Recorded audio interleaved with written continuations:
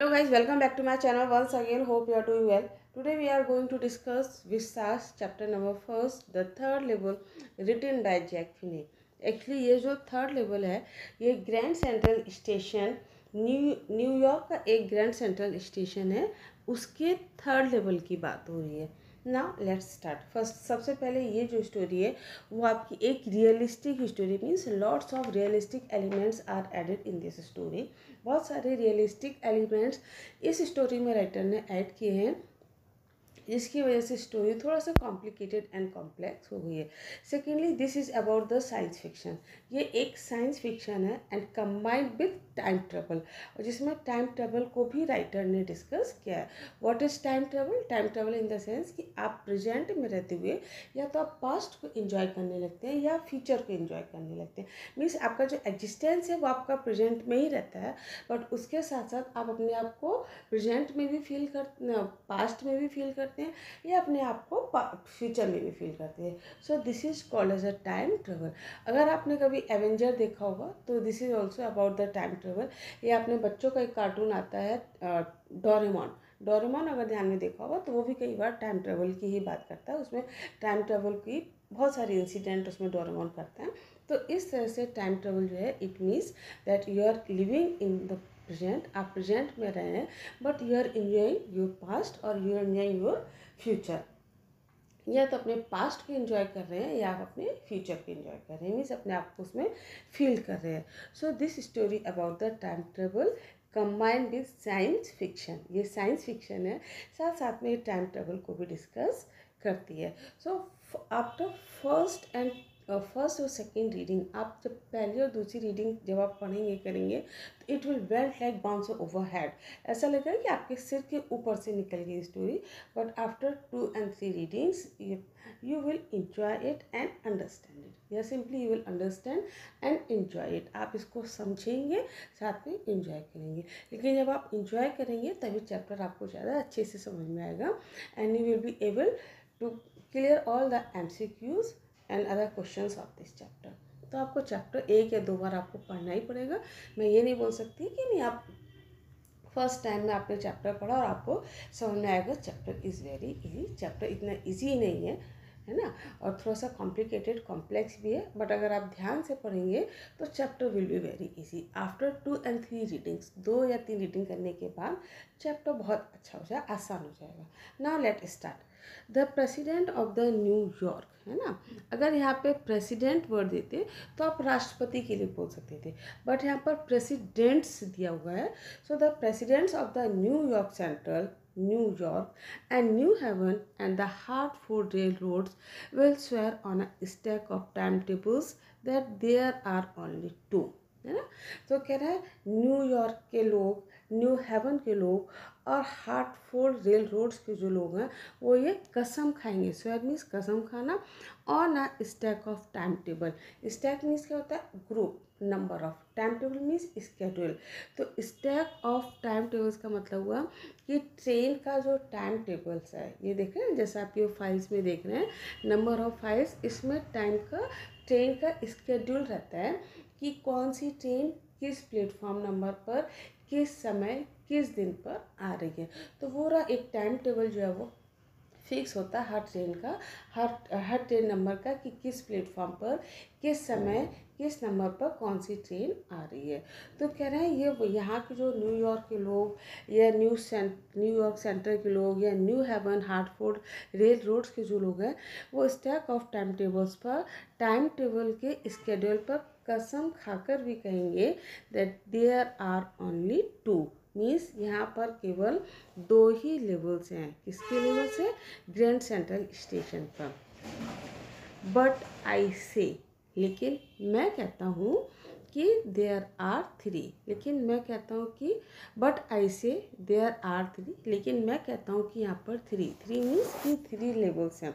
Because I have been on the third level of the Grand central station, क्योंकि मैं Grand central station के third level पर था।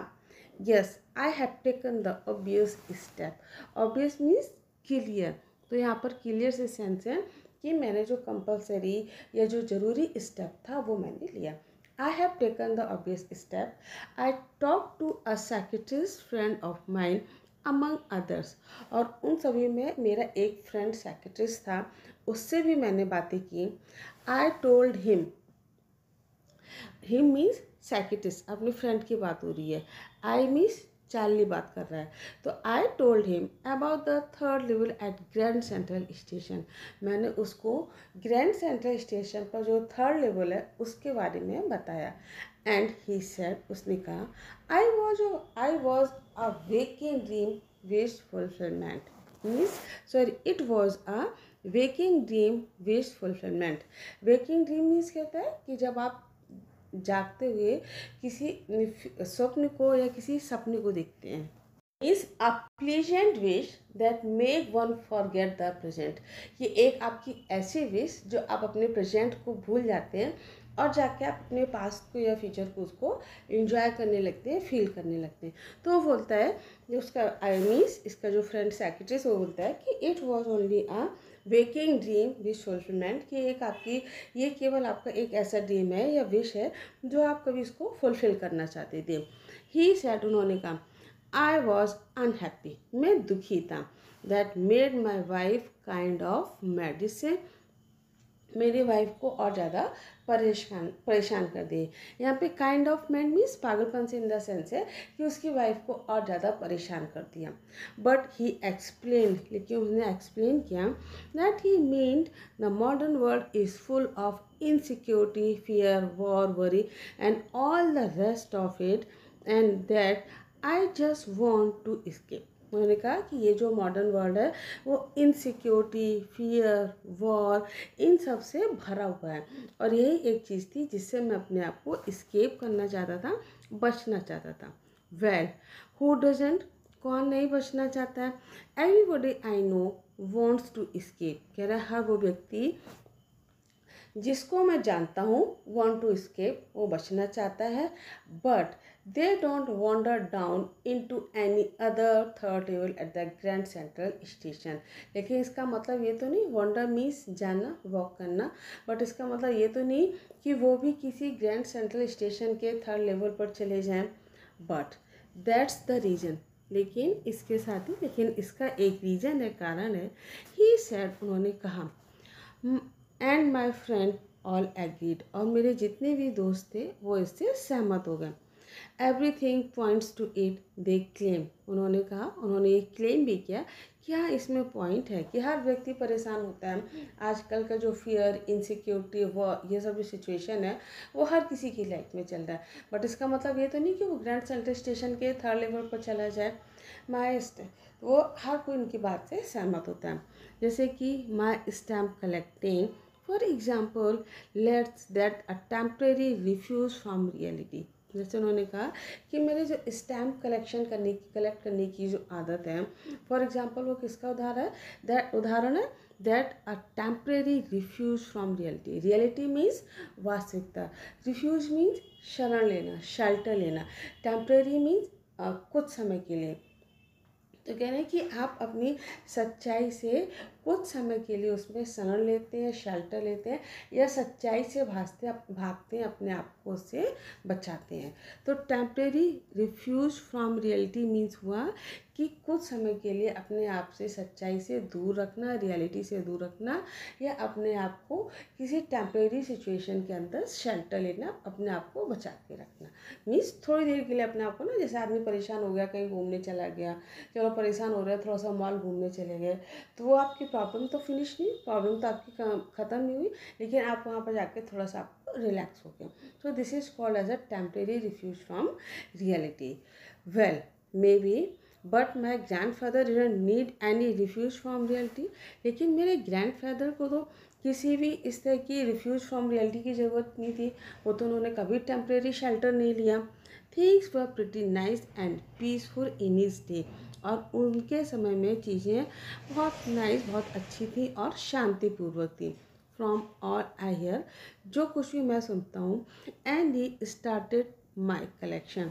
और जो स्टैम्प कलेक्शन जो था वो मेरे दादाजी ने ही स्टार्ट किया था. It's a nice collection too. हाँ, ये एक बहुत अच्छा कलेक्शन भी है. Blocks of for practically every US issue, first day covers and so on. US issue means stamps used in USA. तो कह रहे हैं बहुत अच्छा कलेक्शन है. Blocks of for practically every US issue. कह रहे हैं हर वो स्टैम्प जो यूएस में इशू होता था उसके 4 ब्लॉक्स भी उनके पास होते थे और फर्स्ट डे कवर भी होता था. First day cover means a new stamp gets the post mark and date. कि जिस दिन जो स्टैम्प इशू होता है तो जो स्टैम्प कलेक्टर्स होते हैं जिनको शौक होता है स्टैम्प्स कलेक्ट करने का, तो वो उसी दिन पोस्ट ऑफिस जाते हैं, वो स्टैम्प लेते हैं, पर्चेज लेते हैं और उसको एक लिफाफे में पेस्ट करके अपने एड्रेस पर ही उसको सेंड कर देते हैं. ब्लैंक वो एनवलप जो होता है वो ब्लैंक रहता है. तो दिस इज, और उसको कभी खोलते नहीं है. तो this is called as a first day cover. कह रहे ये सारी चीज़ें भी थी एंड सो ऑन, और भी बहुत सारी चीज़ें थी. President Roosevelt collected stamp too. You know, क्या तुम जानते हो कि जो प्रेसिडेंट रूजवेल्ट थे वो भी स्टैम्प कलेक्ट किया करते थे. एनीवे, चल कोई बात नहीं. Here's what happened at Grand Central. कह रहे यहाँ पर जो कुछ भी ग्रैंड सेंट्रल पर घटित हुआ. हैपेंड मीन्स घटित होना. वन नाइट, एक बार, लास्ट समर, पिछली गर्मियों में एक रात, I work late at the office. मैं ऑफिस में लेट काम कर रहा था. I was in a hurry to get uptown to my apartment. और मैं अपने अपार्टमेंट में अपने घर जाने के लिए बहुत जल्दी में था. So I decided to take the subway from the Grand Central because it's a faster than the bus. सब वे मीन्स टनल. जैसे ये देख रहे हैं ना पिक्चर में आप, ये जो देख रहे हैं ये यहाँ पे ना ये रास्ता अंडरग्राउंड जिसको हम लोग बोल सकते हैं, underground area. So this is called as a subway, और इसी को हम टनल भी बोल सकते हैं. हिंदी में इसको हम लोग कई बार सुरंग भी बोलते हैं. तो वो राइटर बोल रहा है कि इसीलिए मैंने सबवे से या टनल से जाने का डिसाइड किया, क्योंकि अगर मैं बस से जाता तो टाइम लगता, इसलिए बस की अपेक्षा सबवे से जाना जो था वो ज़्यादा ही था और ज़्यादा फास्टर भी था.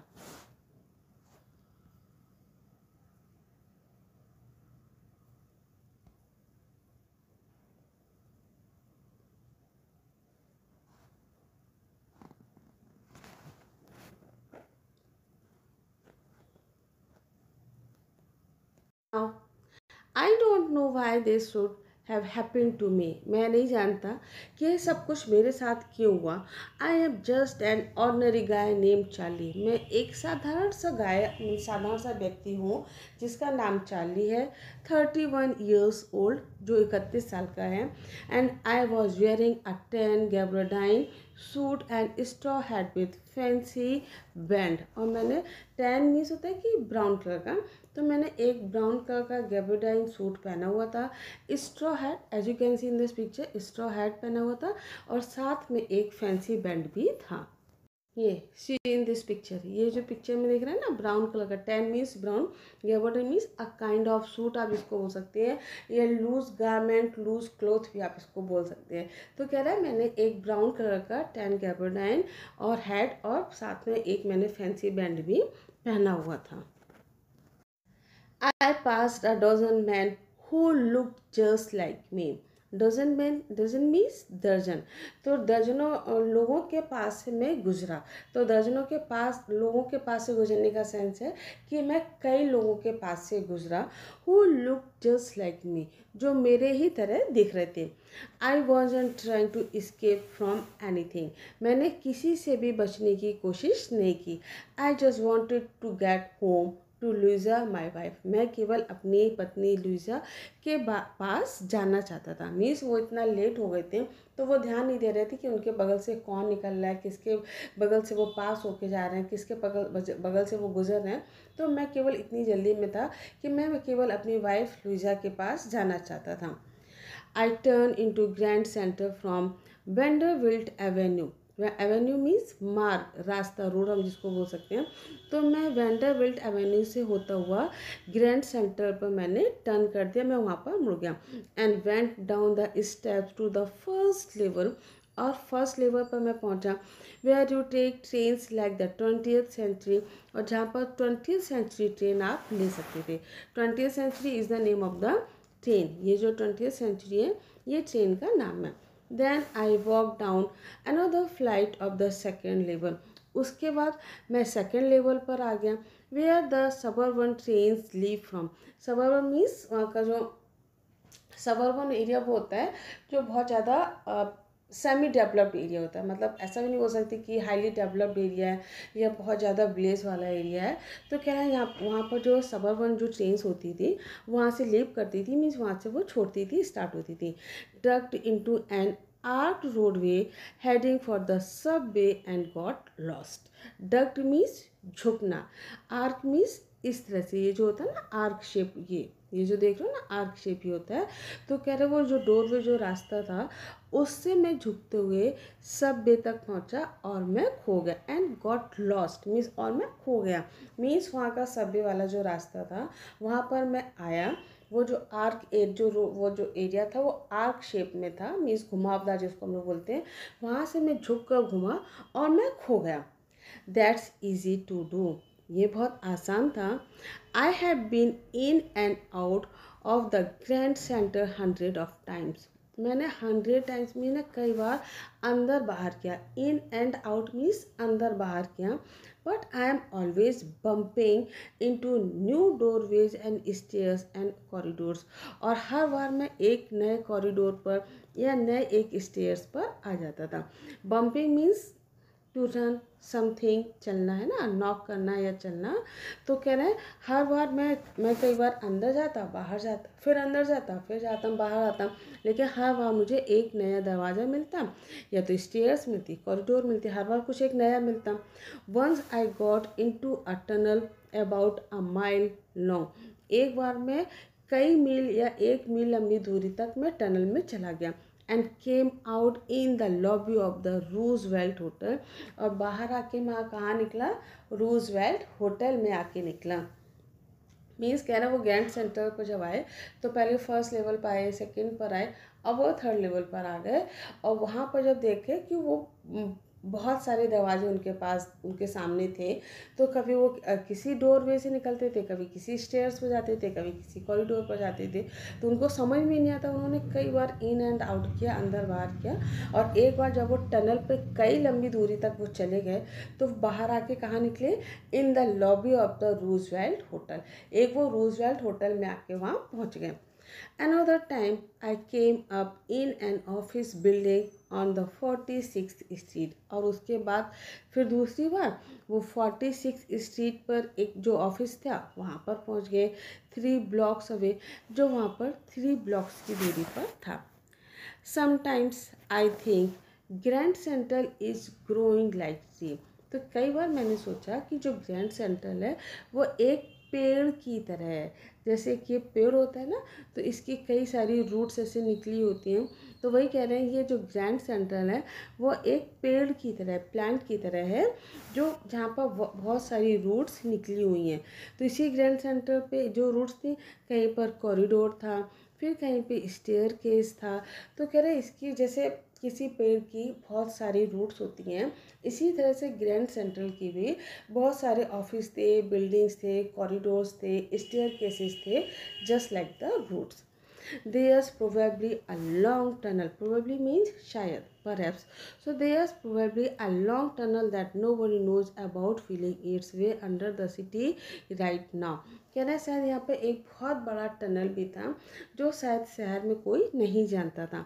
And on its way to the Time Square, और अपने टाइम स्क्वायर के रास्ते में भी, and maybe another to the Central Park, और शायद दूसरा रास्ता जो था वो सेंट्रल पार्क के लिए जाता था। And maybe because for so many people through the years Grand Central has been an exit, और शायद इसीलिए इतने सालों से ग्रैंड सेंट्रल जो था वो लोगों का एक एग्जिट का तरीका था, ये लोग वहाँ से जाया करते थे, निकला करते थे। A way of escape, maybe that's how the tunnel I got into, और शायद ये एक बचने का तरीका था कि जिस तरह से मैं भी टनल में पहुँचा, मैंने एग्जिट किया। But I never told my psychiatrist friend about that idea. लेकिन मैंने अपने फ्रेंड साइकियाट्रिस्ट को इस आइडिया के बारे में कभी नहीं बताया।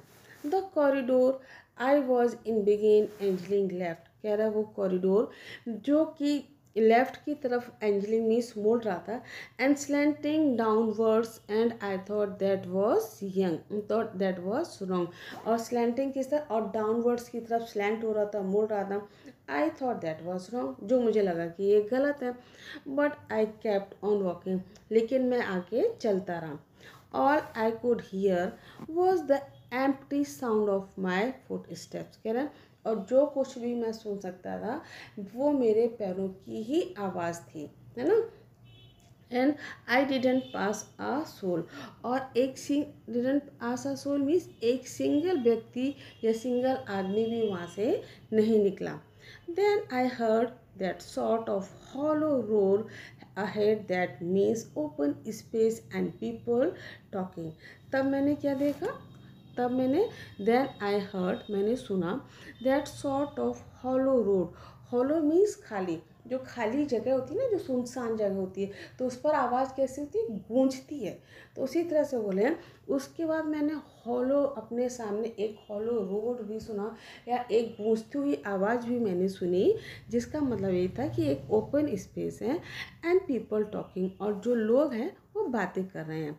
The tunnel turn sharp left, और टनल जो था वो लेफ्ट की तरफ टर्न हो गया, मुड़ गया। I went down a short flight of stairs and came out on the third level at the Grand Central Station। और मैं मुड़ गया स्टेशन पर, और मैं कहाँ पर पहुँच गया, ग्रैंड सेंट्रल स्टेशन के 3rd लेवल पर पहुँच गया। फॉर जस्ट अ मोमेंट, कुछ समय के लिए, एक क्षण के लिए, I thought I was back on the 2nd level, कि एक समय तो मैंने सोचा कि मैं 3rd लेवल पर आ गया हूँ। बट आई सॉ, मैंने देखा, द रूम वॉज स्मॉलर, जो रूम थे वो बहुत छोटे थे। There were fewer ticket windows, और कुछ टिकट विंडोज़ भी थी। एंड ट्रेन गेट्स, और ट्रेन के गेट्स भी थे। And the information booth in the centre, और सेंटर में इंफॉर्मेशन बूथ भी थे। That was made of wood and old looking, जो लकड़ी के बने हुए थे और बहुत पुराने दिख रहे थे। And the man in the booth wore green eye shade, और उस बूथ पर जो आदमी था वो उसने ग्रीन आई शेड पहने हुए थे। A long black sleeve protector, और काले रंग का जो स्लीव जो प्रोटेक्टर होता है, जैसे गर्मी वगैरह में ना हम लोग पहन लेते हैं प्रोटेक्ट, अपने आप को प्रोटेक्ट करने के लिए, उस तरह से ब्लैक स्लीव प्रोटेक्टर उसने पहना हुआ था। लाइट्स और dim and short of flickering, lights जो थी वो बहुत डिम थी, and short of flickering means fluctuate हो रही थी। जैसे मोमबत्ती वगैरह आप जलाते हैं ना ऊपर, तो वो कैसे लाइट कम ज़्यादा होती है, तो उसी तरह से लाइट होती शॉर्ट ऑफ फ्लिकरिंग थी। देन आई सॉ, तब मैंने देखा, why they were open flame gas lights, कि वो लाइट जो वो ऐसे फ्लिकरिंग क्यों कर रही है, फ्लैक्चुएट क्यों कर रही है, क्योंकि वो ओपन लाइट गैस लाइट्स थी, ठीक है। सो there were brass spittoons on the floor, and across the station a glint of light caught my eyes। Spittoons means थूकदान, जिसमें ये as you can see in this picture, यहाँ पे ये जो देख रहे हैं ना, ये ब्रास का बना हुआ है। Brass a kind of metal, एक तरह का मेटल होता है थूकदान, जिसको हम देख रहे हैं। तो कह रहे हैं वहाँ पर उन्होंने देखा एक स्पिटून्स भी फ्लोर पर रखा हुआ था। Across the station a glint of light caught my eye, और एक रोशनी ने, लाइट ने, चमक जिसको हम लोग बोलते हैं, लाइट की चमक ने मेरी आँखों को कॉट किया, मीन्स मेरा अटेंशन पकड़ा, या मेरा ध्यान उस तरफ गया। A man was pulling a gold watch from his vest pocket। Vest in the sense कि जो बॉयज़ होते हैं शर्ट के अंदर एक वेस्ट इनर जो पहनते हैं, this is called as a vest. A garment worn on the upper part of the body, जब बनियान के अंदर या बॉडी के ऊपर आप जो एक गारमेंट पहनते हैं, this is called as a vest. तो कह रहे एक आदमी ने स्नैप्ड ओपन मीन्स जल्दी से एक वॉच निकाली और उसको देखा। एंड फ्राउन मीन्स गुस्से में, और गुस्से में देखा। He wore a derby hat, black 4-button suit with a tiny lapels, and had a big black handle war moustache. Moustache means ये देखो जिस तरह से हैंडल होते हैं ना, उसी तरह से पहले के टाइम पर जो है वो लोग बड़ी बड़ी मूछें रखते थे।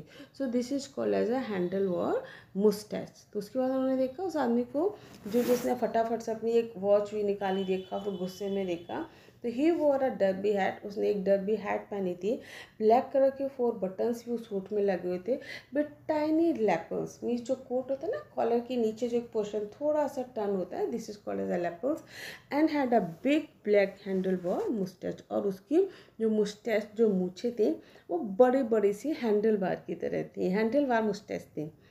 देन आई लुक्ड अराउंड, और तब मैंने चारों तरफ देखा, and saw that everyone in the station was just like 1890 something, कि हर कोई जो है वो 80-90s के टाइम का है, कि हर किसी ने जो ड्रेस्ड अप अपने आप को किया हुआ है, जो कपड़े पहने हुए हैं वो 80-90s के टाइम के पहने हुए हैं। आई never saw so many beards, sideburns and fancy mustaches in my life. Beards means दाढ़ी, sideburn means कलम हम जिसको बोलते हैं। ये देखिए जैसे बॉयज़ के ना ये जो जिसको कलम बोलते हैं, बाल करते हैं इसके साथ, ये कान के पास जो ईयर होते हैं, this is called as a sideburns. और ये लेपर्स, टाइनी लेपर्स मैंने बताया था ना आपको, ये this is called as a tiny lapels. कह रहा है I never saw so many beards, sideburns and fancy moustaches in my life. मैंने अपने जीवन में कभी भी इतनी सारी बियर्ड्स, साइड बर्न्स और मुस्टैचेस कभी नहीं देखी थी। A woman walked in through the train gate, और ट्रेन गेट से एक वूमन निकली, एक औरत निकली।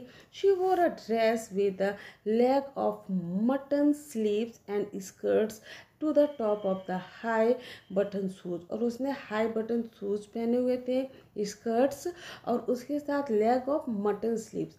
मटन स्लीव्स मीन्स हम बोल सकते हैं कि पफ स्लीव्स, इस तरह से जो स्लीव्स होती है ना, पफ स्लीव्स रहती है, मीन्स जो स्लीव्स होती है वो थोड़ी सी फुली फुली होती हैं।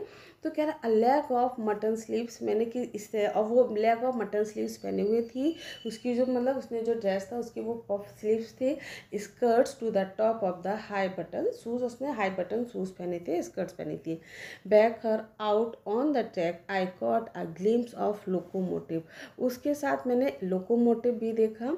अ very small courier and Ives locomotive with a funnel shaped stack, then I knew।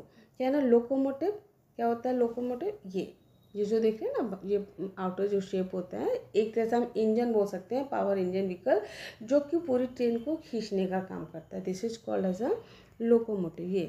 ये इस पिक्चर में आप यहाँ देख सकते हैं।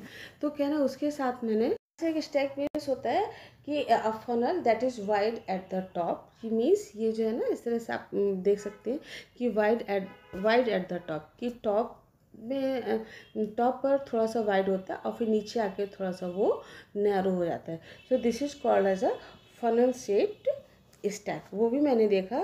एंड देन आई न्यू, तब मुझे पता चला, टू मेक श्योर, ये सुनिश्चित करने के लिए, I walked over to the newsboy and glanced at the stack of papers at his feet।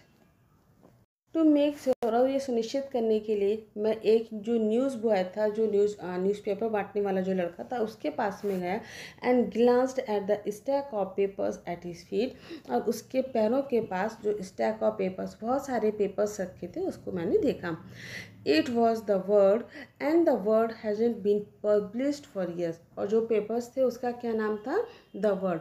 और कह रहे जो द वर्ल्ड पेपर जो है वो बहुत सालों से तो पब्लिश ही नहीं हो रहा है। The lead story said something about the president Cleveland, और जो लीड जो स्टोरी थी उसमें क्या लिखा था? प्रेसिडेंट क्लीवलैंड के बारे में लिखा हुआ था। I have found that the front page says the public library files, and it was printed June 11, 1894। उसके बाद मैंने देखा कि जो फ्रंट पेज पर है वो पब्लिक लाइब्रेरी फाइल्स के बारे में है, वहाँ से लिया गया है।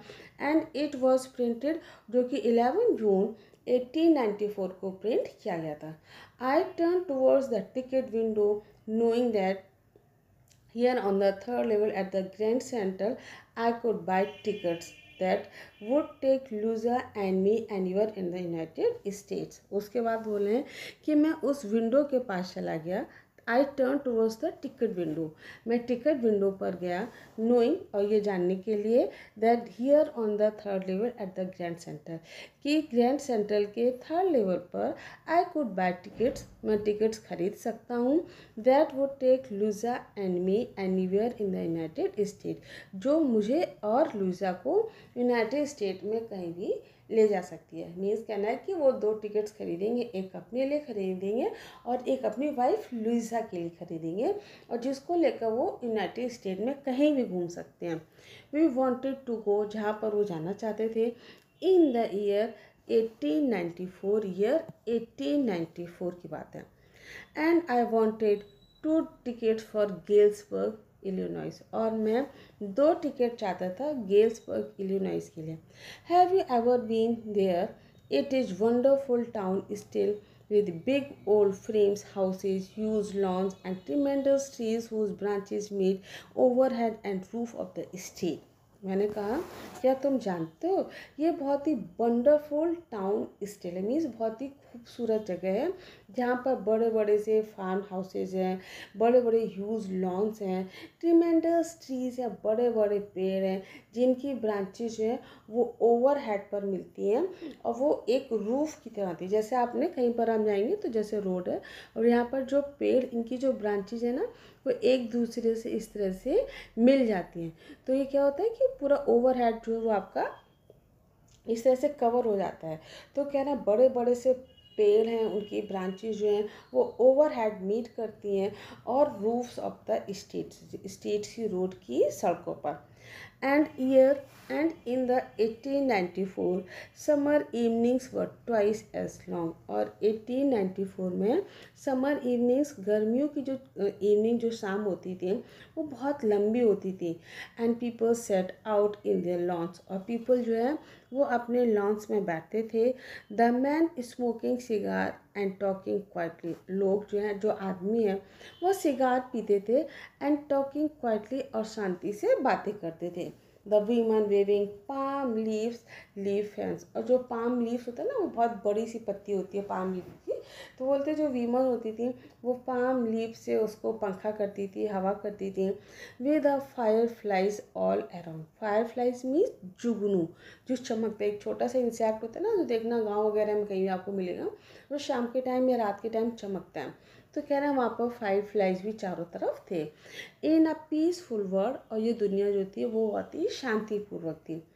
To be back there with the first world war still 20 years off and the World War II over 40 years in the future, जो अभी भविष्य में फर्स्ट वर्ल्ड वार से 20 साल पहले की बात है और सेकेंड वर्ल्ड वार से 40 साल पहले की बात है। क्योंकि जो फर्स्ट वर्ल्ड वार हुआ था वो कब हुआ था, 1914 में हुआ था, और सेकेंड वर्ल्ड वार आपका 1939 में कुछ हुआ था। तो क्या ना, फर्स्ट वर्ल्ड वार और सेकेंड वर्ल्ड वार के पीछे 20 साल और 40 साल पहले की ये बात है। The clerk figured the fare, sorry, I wanted 2 tickets for that, और इसके लिए मैं 2 टिकट्स चाहता था। The clerk figured the fare, he glanced at my fancy hat band but he figured the fare, और जो क्लर्क था उसने जो किराया था उसको फिगर आउट किया और बताया, लेकिन उसने मैं जो है फैंसी जो हैट बैंड जो मैंने पहना हुआ था उसको ध्यान से देखा और फिर उसने किराया बता दिया। And I had enough for 2 coach tickets, कह रहे हैं, और 2 टिकट्स कोच या 2 लोगों के लिए मेरे पास पर्याप्त पैसा था। 1 वे, एक तरफ का, एक रास्ते से एक तरफ जाने का। But when I counted out the money, और जब मैंने मनी को काउंट किया, and looked up, the clerk was staring at me, stare means घूर कर देखना, और क्लर्क जो है वो मुझे बहुत गुस्से में घूर कर देख रहा था। He nodded at the bills, उन्होंने बिल्स, नोडेड मीन्स होता है कि मना करना, सिर हिलाना, तो he nodded at the bills, उसने बिल देखा और मना कर दिया। दैट्स अंट मनी, ये मनी नहीं है मास्टर, ही सेड, उसने कहा। If you are trying to skin me, skin means धोखा देना, बेवकूफ़ बनाना, उसने कहा अगर तुम मुझे मूर्ख बनाने की कोशिश कर रहे हो, तो मुझे धोखा दे रहे हो, you wouldn't get very far, तो तुम बहुत दूर तक नहीं जा पाओगे। And he glanced at the cash draw, beside him, और उसके आसपास में जो कैश जो ड्रॉर्स थी जिनमें पैसा और जो मनी वगैरह जो डॉलर्स रखे थे उसको उसने देखा। Of course the money was old style bill. हाँ, ऑफ कोर्स वास्तव में जो मनी था वो कैसा था, पुरानी तरीके था। Half again as big as the money we use nowadays, means आज के टाइम पर जैसे कि मान लो इतना बड़ा नोट है तो उस समय जो वो हाफ नोट यूज़ करते थे, मीन्स छोटा। उस समय की जो करेंसी थी या जो नोट था वो जस्ट हाफ था आज की तुलना में, जो यूज़ हम लोग नाउ डेज आज के टाइम पे जो यूज़ करते हैं। एंड डिफरेंट लुकिंग, और अलग भी दिख रहा था। I turn away and got out fast, मैं टर्न हुआ और मैं जल्दी से चला गया। There's nothing nice about jail even in 1894, कह रहे इवन 1894 में भी जेल जो थी वो अच्छी नहीं थी, क्योंकि वो जो क्लर्क होता है ना वो बोलता है कि यार आपने मुझे धोखा देने की कोशिश की तो आप बहुत जल्दी नहीं बच पाएंगे। तो उसको लगा कि वो जेल चला जाएगा और इसलिए वो सोचता है कि मैं जल्दी से वहाँ से निकल आया।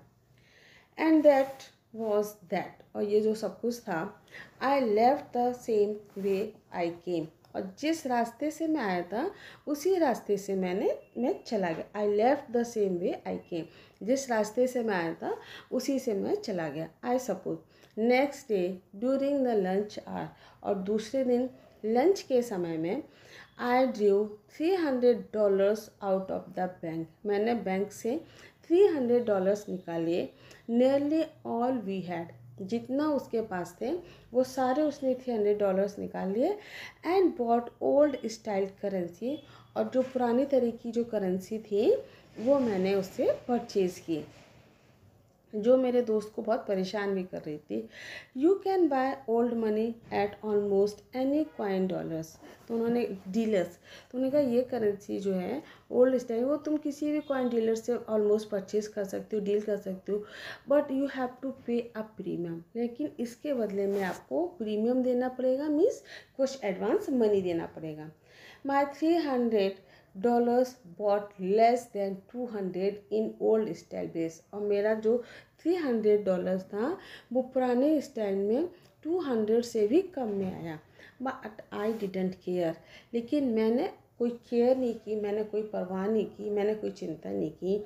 एग्स वर 13 सेंट्स अ डोजन इन 1894, क्योंकि 1894 में एग्स जो थे वो 13 सेंट मीन्स 30 सेंट्स में एक डजन एग्स मिलते थे, तो मीन्स बहुत सस्ता मिलता था सामान, उनका कहने का है।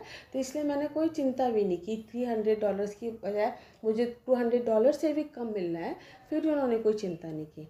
But I never again found the corridor, but I never found again the corridor that lead to the third level at Grand Central Station, लेकिन फिर मुझे दोबारा वो कभी third level grand central station का नहीं मिला जो कि मुझे ग्रैंड सेंट्रल स्टेशन पर ले जाता था। मीन्स ग्रैंड सेंट्रल स्टेशन का थर्ड लेवल पर पहुंचाने वाला जो कॉरिडोर था वो उनको कभी नहीं मिला। Although I have tried often enough, जबकि मैंने बहुत ट्राई भी किया।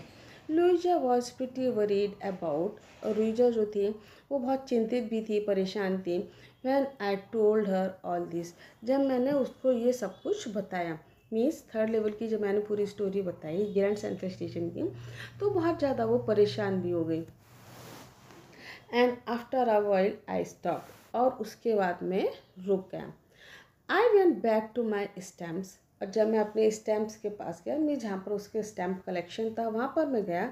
But now we were both looking every weekend because now we have prove that the third level is still there, और उसके बाद हम दोनों ही देख रहे थे हर वीकेंड, मीन्स सैटरडे जैसे वीकेंड होता है तो हर वीकेंड को हम दोनों ही देख रहे थे, मीन्स वी चार्ली और उसकी वाइफ लुइजा, बिकॉज अब उनको ये विश्वास हो गया था, प्रूफ हो गया था उनके पास कि थर्ड लेवल जो है वो एग्जिस्ट करता है, मीन्स अभी भी थर्ड लेवल है। माई फ्रेंड सैम विनर, कह रहे हैं मेरा फ्रेंड जो कि सैम विनर डिसअपियर्ड, अब वो गायब हो गया था। Nobody knew, कोई नहीं जानता था भैया, but I sort of suspected because Sam's a city boy, लेकिन मुझे थोड़ा बहुत शक था। सॉर्ट ऑफ सस्पेक्टेड मीन्स मुझे शक था, कि सैम जो है वो एक सिटी बॉय है, वो एक शहर का लड़का है। And I use to tell him about the Galesburg, और मैं हमेशा उसे गेल्सबर्ग के बारे में बताया करता था। I went to school there, और जब मैं स्कूल गया वहाँ पर, ही ऑलवेज सैड, तो वो हमेशा कहता था he like the sound of the place, कि वो उस प्लेस की साउंड को पसंद करता है। And that's where he is all right in 1894, और यही वो कहाँ पर है, वो 1894 में है। मीन्स उसका फ्रेंड जो है सेम, वो अब 1894 में चला गया है। बिकॉज वन नाइट, कह रहे एक बार, fussing with my stamp collection. Fussing means होता है कि कोई भी अननेसेसरी काम करना, एक्सेसिव अनकंसर्न अबाउट समथिंग, कि किसी की चीज़ के बारे में बहुत ज़्यादा अनकंसर्न होना, एक्सेसिव कंसर्न होना, किसी भी चीज़ के बारे में बहुत ज़्यादा ध्यान देना, उस चीज़ को हम लोग बोलते हैं फसिंग। तो fussing with my stamp collection, मैं अपने स्टैम्प कलेक्शन के साथ बिजी था, ध्यान दे रहा था उन पर। I found, well do you know what the first day cover is, कि तुम जानते हो कि फर्स्ट डे कवर क्या होता है। When a new stamp is issued, मैंने आपको पहले ही बताया था कि जब कोई न्यू स्टैम्प इशू होता है, तो जो स्टैम्प कलेक्टर्स होते हैं बाय सम, वो कुछ स्टैम्प्स को खरीदते हैं and use them to mail envelope to themselves on the very first day of sale. On the very first day of sale means कि जिस दिन वो सेल किया जाता है, जिस दिन वो स्टैम्प निकलता है उसी डेट पर, तो उसी डेट पर स्टैम्प कलेक्टर जाके उस पर पोस्ट मार्क लगाकर और अपने ही एड्रेस पर एक एनवलप में उसको पोस्ट कर देते हैं। So this is called first day cover. And the post mark proves, और उसमें जो पोस्ट मार्क जो लगा होता है वो ये प्रूव करता है उस डेट को। The envelope is called the first day cover, और वो एनवलप जो है वो फर्स्ट डे कवर कहलाता है। They are never opened, you just put blank paper on the envelope, और उनको कभी खोला नहीं जाता है, बस उनको एक एनवलप में रख दिया जाता है। As you will see in this picture, यहाँ पर देख रहे हैं ना, ये this is called as a first day cover. ये है, इस पर देखो ये जो स्टैम्प्स है ना, तो ये ब्लैंक, ये इसमें एनवलप में रख के इसको यहाँ पे पेस्ट करके, और ये पोस्ट मार्क देख रहे हैं यहाँ पे, इसमें ये पोस्ट मार्क लगा है और अपने एड्रेस पे सेंड कर दिया जाता है। So this is called as a first day cover. That night among my oldest first day covers, कह रहा है उस रात मेरे जो पुराने फर्स्ट डे कवर्स थे, I found one that shouldn't have been there, मैंने पाया कि उनमें से एक नहीं है, जो उसके पुराने जो फर्स्ट डे कवर्स थे उनमें से एक जो फर्स्ट डे कवर है वो गायब है। बट देयर्स इट वॉज, लेकिन वो कहाँ था, it was there because someone had mailed it to my grandfather at his home in Galesburg, क्योंकि किसी ने उसको जो फर्स्ट डे कवर को उनके ग्रैंडफादर को मेल कर दिया है उनके एड्रेस पर इन गेल्सबर्ग में। मीन्स उनके दादाजी जो कि गेल्सबर्ग में रहते हैं, उनके एड्रेस पर उसको मेल कर दिया है। That's what the address on the envelope set, और कह रहा भाई जो एनवलप पर जो एड्रेस में लिखा हुआ था, and it had been since July 1894, और ये किस डेट का था, जुलाई 1894। ये दोनों डेट आपको याद रखनी है। पेपर पब्लिश की डेट क्या थी, 11 जून, और इसकी क्या है, 18 जुलाई। ये दोनों डेट आपको याद रखनी है, एग्जाम्स में पूछते हैं कई बार। The post mark showed that, और पोस्ट मार्क ये शो कर रहा था that I didn't remember it at all, और जो कुछ मुझे शायद याद भी नहीं था। The stamp was a 6 cent, और जो स्टैम्प जो था वो 6 सेंट का था, डल ब्राउन कलर का था, with a picture of president Garfield, और जिस पर प्रेसिडेंट गारफील्ड का पिक्चर लगा हुआ था। Naturally when the envelope came to the granddad in the mail, okay naturally, और जब एनवलप जो था वो जब ग्रैंडडैड के पास, उनके दादाजी के पास आया उसका mail, it went right into his collection, और ये डायरेक्टली उनके कलेक्शन में ये चला गया। एंड स्टेड देयर, और वहीं पर था, till I took it out and opened it, जब तक मैंने इसको निकाला नहीं और खोला नहीं। The paper inside wasn't blank, और उसके अंदर जो पेपर था वो ब्लैंक नहीं था। अभी तक मैंने क्या होता था कि एनवलप में जो पेपर रखते थे तो वो ब्लैंक पेपर होता था, लेकिन अभी जो मेल आया है इनके दादाजी को वो ब्लैंक पेपर नहीं है, उस पर कुछ लिखा हुआ है। क्या लिखा हुआ है? It's read 941 Willard street Galesburg, ये वहाँ का एड्रेस लिखा हुआ है, Illinois, July 18, 1894, Charlie. I got to wishing you, मैं आपको ये विश करना चाहता हूँ, ये मैं आपको विश करता हूँ दैट यू वर राइट, कि तुम सही थे। Then I got to believing you were right, और तब मैंने ये विश्वास करना शुरू कर दिया कि तुम सही थे। एंड चार्ली इट्स ट्रू, और चार्ली हाँ ये सही है। I found the third level, मैंने वो थर्ड लेवल फाइंड आउट कर लिया है। I have been here for 2 weeks, मैं यहाँ पर 2 सप्ताह से हूँ। एंड राइट नाउ, और अब down the street at the daily someone is playing a piano, और राइट नाउ मैं उस डेली स्ट्रीट है, daily street is the name of the street, वहाँ पर हूँ जहाँ पर समवन इज़ प्लेइंग पियानो, जहाँ पर कोई पियानो बजा रहा है।